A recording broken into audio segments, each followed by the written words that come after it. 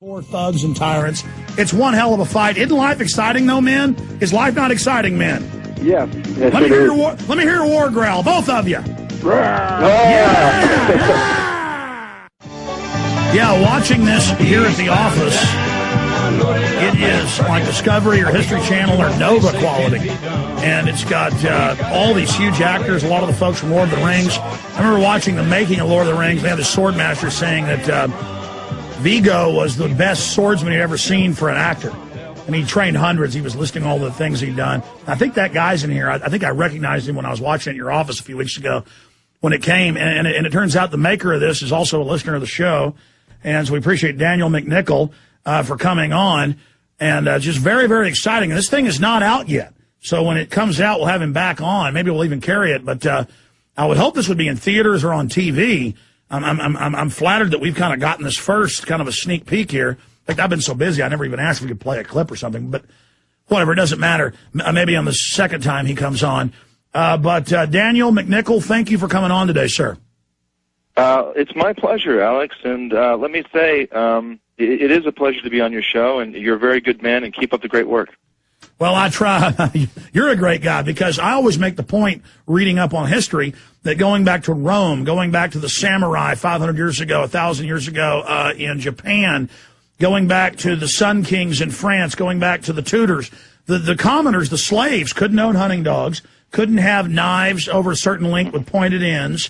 And, of course, you covered that. That's what I love, is this is something with big stars and a lot of folks that actually explains that having a blade was a thing of nobility, and that's what nobility is force and the ability to carry out force.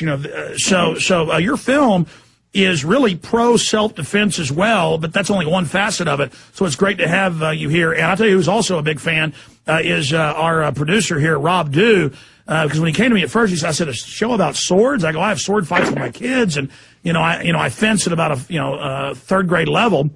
My dad was real good at fencing in college. But so I know a little bit about it. But he said, no, watch the film. And I did. So it's great to have you here. The film is Reclaiming the Blade. Why do you say Reclaiming the Blade? Reclaiming the Blade's the movie. Actually, I must say that it is, even though it won't be in stores, which is Barnes & Noble and Target and Best Buy and Blockbuster and all that type of stuff, that happens July 7th. But it actually is. We're being a bit sneaky. And we're going to we've already gone ahead and we're releasing it directly from Galatia Films Home Entertainment, which is our shingle production company that put this film out. So okay, how do folks get it then? How do folks get it right now then? Swordmovie.com, reclaimingtheblade.com. You can actually order the film, and it actually is a 2-disc set. So the second disc has a lot of great bonus features. There's like 4 hours of extra interviews with Viggo Mortensen and some great stuff from What a Workshop. Because we went down to New Zealand. Yeah, how did you get Viggo in this? I guess he's just a sword fanatic, is what I've heard. Viggo is a great guy, and I can't say enough good things about him. He'll do something not based on money, but based on whether or not he thinks it's a passion project. You know what I mean? So that's what's great about him. He's not one of these Hollywood actors that's driven by dollars, So he just, felt like it was the right thing to do. And obviously one thing that attracted to him was our tribute to Bob Anderson. So we did an exclusive with Bob, who was Darth Vader. He was actually in Darth Vader's costume, training Mark Hamill, doing all the lightsaber duels with him in the first early films. He's trained Johnny Depp, who's also a big fan as well. And, he's worked with everyone from Errol Flynn to Viggo Mortensen. He's just a legend in the industry when it comes to fight choreography. But the interesting thing about the film, when I was writing it, I really wanted to get into the script, some verbology, if you will, just some text in there that John Rhys Davies would read, because John Rhys Davies actually is a good friend of mine. He narrated the film. And I was fascinated with this idea of the kings. And basically the kings of England had two choices when they were looking at an army. They had a choice A, which was hire your own military. That is, pay for your knights, pay them money. It's a financed army. So that's option A. Option B is let your whole country and all of your nation and all of your boys 13 ages and up, study the longbow, study the sword, and be capable with arms. Yeah, that was the Dutch and the Swiss model and others, was to raise your army as the militia. Absolutely. And those always turned out to be the countries that didn't get invaded. But if you had oppressive nobles, they didn't like to arm their people. So we think 1776 is where this keep and bear arms thing all began. No, it was a free man thing. People had arms in England. That's what the Magna Carta was all about. And that's what's so great about your film is that I think it's a great defense of the Second Amendment. Absolutely. And I'll just go ahead and say on record, John Rhys Davies is the Charlton Heston of today. I mean, he is a great defender of the Second Amendment. I don't want to really speak for any of the other actors. They're great guys. I know Viggo's obviously a supporter of Dennis Kucinich. For the anti-war thing, I know Viggo's active. The point is, your film's message shows how fundamental. People think we want swords or we want guns because we pet them and kiss them and it's our extension of our manhood. No, we know it is handed down. It is a sacred obligation that a free man is armed. A slave doesn't have access to weapons.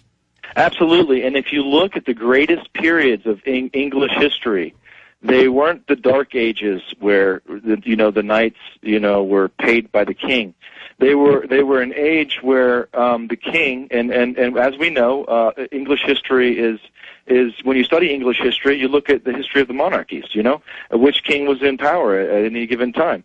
And the kings that gave the power to the people, they were taking a risk in a way, because if the people didn't like what the king was doing, they wouldn't support him. They'd say, I don't think so, And so, so the king was beholden to the people, and the people had a checks and balance that existed in the sword. So the sword is really a checks and balance.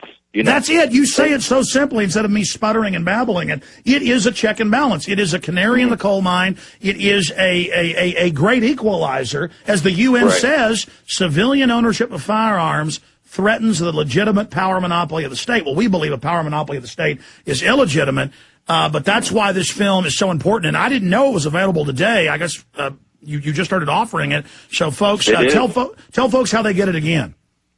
We might get in trouble for this, but, let it be. It's actually available at swordmovie.com and Reclaim the Blade. It'll be in stores, Target, Barnes & Noble, etc., July 7th, and that's when we're really going to, hit with the publicity. And I'd love to have John Rhys Davies on your show. Let's do it. Can. Maybe closer to that date. And I promise I won't get you on late again. I just got into a rant, and then you were okay with it. And now, if I could, I would love to send you guys some lightsabers. I'll send you a couple so you guys can. They're a lot of fun. The new Force FX lightsabers. I don't know if you've seen them that Hasbro makes, but they're metal and plastic handles that are really heavy, so they got the good feel and the weight of a sword. And then they have all the sights and sounds of like a real lightsaber. So, I know. I've got.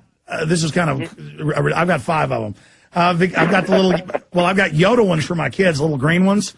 Because my bigger daughter and my son, because the baby obviously can't have sword fights, they attack me, and it's gotten to the point where they're beating me, and then I'll be fighting my son alone, and he's beating me some of the time.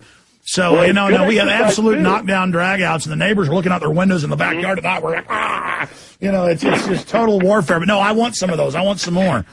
I'll send some more, and I'll tell you what. Look, I don't mean to get into the whole movie thing, but that's the great thing about movies. When you look at Robin Hood, Star Wars, Lord of the Rings, Pirates of the Caribbean, 300, Gladiator, all of these movies have the same message, and that is essentially at the core you have a rebel army against an empire. I mean, you look at Robin Hood. You've got Robin Hood. He robs from the rich. He gives to the poor. He protects the poor. King Richard is off on a crusade, and King John is this corrupt tyrant that has taken over England, and here's Robin Hood. He's a rebel. Same thing with Star Wars. Same exact thing. You have the Rebel Alliance. You have Order 66, which was execute all the rebels. You look at Pirates of the Caribbean. You have free sailors, free pirates, and you have this corrupt, tyrannical British Empire at the time.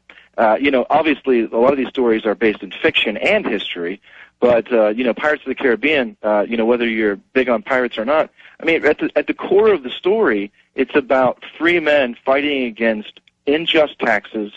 No representation, and so they were thugs out, doing what they could, Same thing with 300. 300 is a very good example because you have obviously 300 Spartans, And then Gladiator, same thing. So, in studying... And by the way, movies for folks that don't know, 300's a true story.